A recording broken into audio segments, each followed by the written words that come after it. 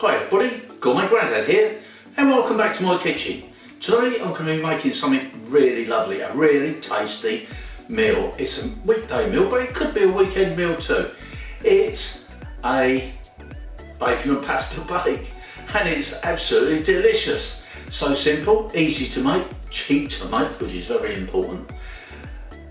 Stay tuned and I'll show you how to make it. Okay, so here are the main ingredients that we're going to be using.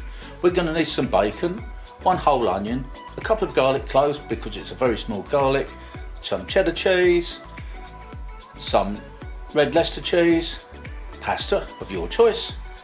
Then we're going to need some chopped tomatoes, one whole tin, and some of this, Lea & Perrins Worcestershire sauce. First we'll get the pasta on the go. Cook it as per the instructions on the packet. For this pasta I'm going to be using farfalle. It's my favourite, it looks like little dicky bows. Now we'll get a pan with some olive oil in, or any sort of oil really, as long as it's cooking oil.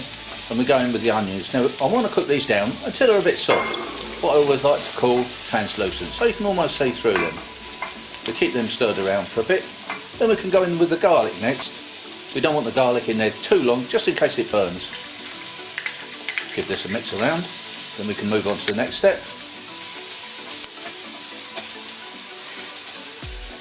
We can put in the bacon.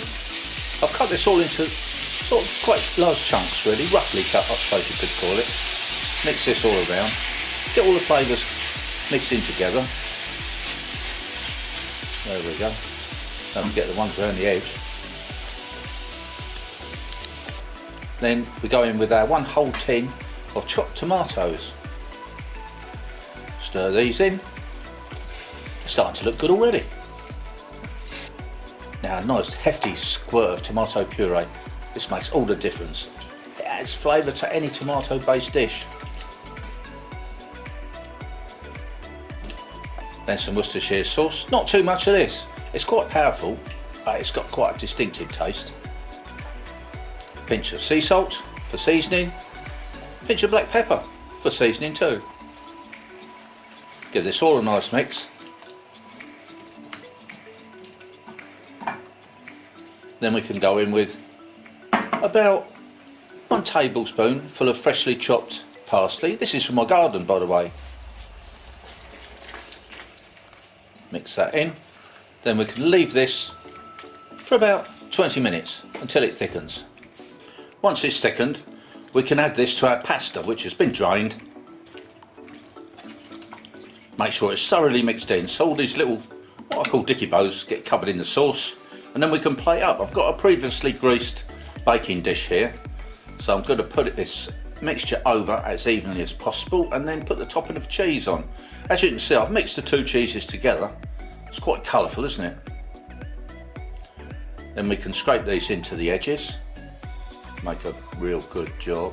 A little bit more parsley from my garden, that goes on the top there. And then we're ready for the oven. Oh, look at that.